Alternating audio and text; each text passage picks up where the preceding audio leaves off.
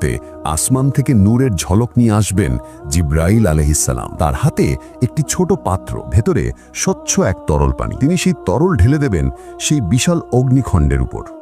সঙ্গে সঙ্গে উঠবে ঘন বাষ্প, আগুন সঙ্গে সঙ্গে নিভে গেল। হাসরের ময়দানে কোটি কোটি মানুষ সেই মুহূর্তে গভীর শ্বাস নিল, যেন তারা বেঁচে গেল। কিন্তু এটি শেষ রক্ষে ছিল না। মানুষ হতবাক হয়ে ভয়ে ভয়ে জিজ্ঞেস করল, ওটা কি? কেমন পানি ছিল? কিভাবে এত ভয়ঙ্কর আগুন এক নিমেষে নিভে গেল? তখন জিব্রাইল আলাইহিসসালাম তাদেরকে বললেন, ওটা ছিল তোমাদের চোখের জল। দুনিয়ায় যে চোখের জল তোমরা ফেলেছিলে, ইয়া আল্লাহ, আমাদের মাফ করে দিন, আমাদের গুনাহগুলো মাফ করে দিন। রাতের বেলায় নামাজে কাঁদতে কাঁদতে আল্লাহর ভয়ে, তার ভালোবাসায়, নিজের গুনাহের অনুশোচনায়, কুরআন পড়তে গিয়ে, আজান শুনতে গিয়ে, মায়ের বাবার জন্য দোয়া করতে গিয়ে, এটা সেই পবিত্র অশ্রু। এগুলোই এই আগুন নিভিয়েছে, তোমাদেরকে রক্ষা করেছে, কিন্তু তা কেবল অল্প সময়ের জন্য। তখন মুমিনরা আনন্দে কেঁদে বলল, আলহামদুলিল্লাহ, আলহামদুলিল্লাহ।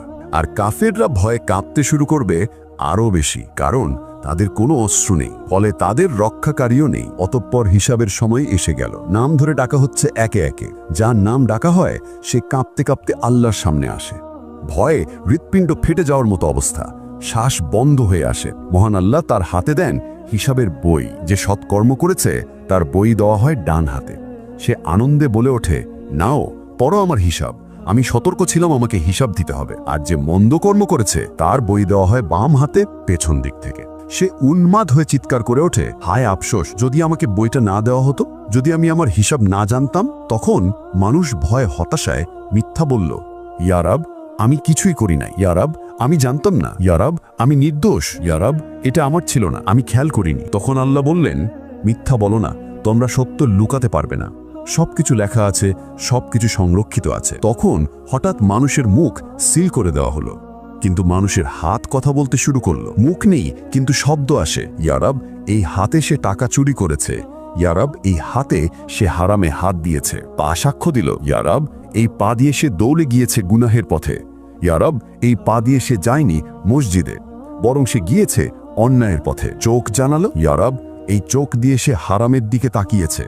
ইয়া রব, এই চোখ দিয়ে সে নোংরা ছবি দেখেছে। কান বলে উঠল, ইয়া রব, এই কান দিয়ে সে হারাম শুনেছে। জিহ্বা বলে উঠল, ইয়া রব, এই জিহ্বা দিয়ে সে মিথ্যা বলেছে। ইয়া রব, এই জিহ্বা দিয়ে সে গালাগাল করেছে। মিরাজ ভাই, চলো জুম্মার নামাজটা পড়ে আসি। ধুরবাল, ওইসব নামাজ টামাজ আমি পড়তে পারবো না, তোরা যা।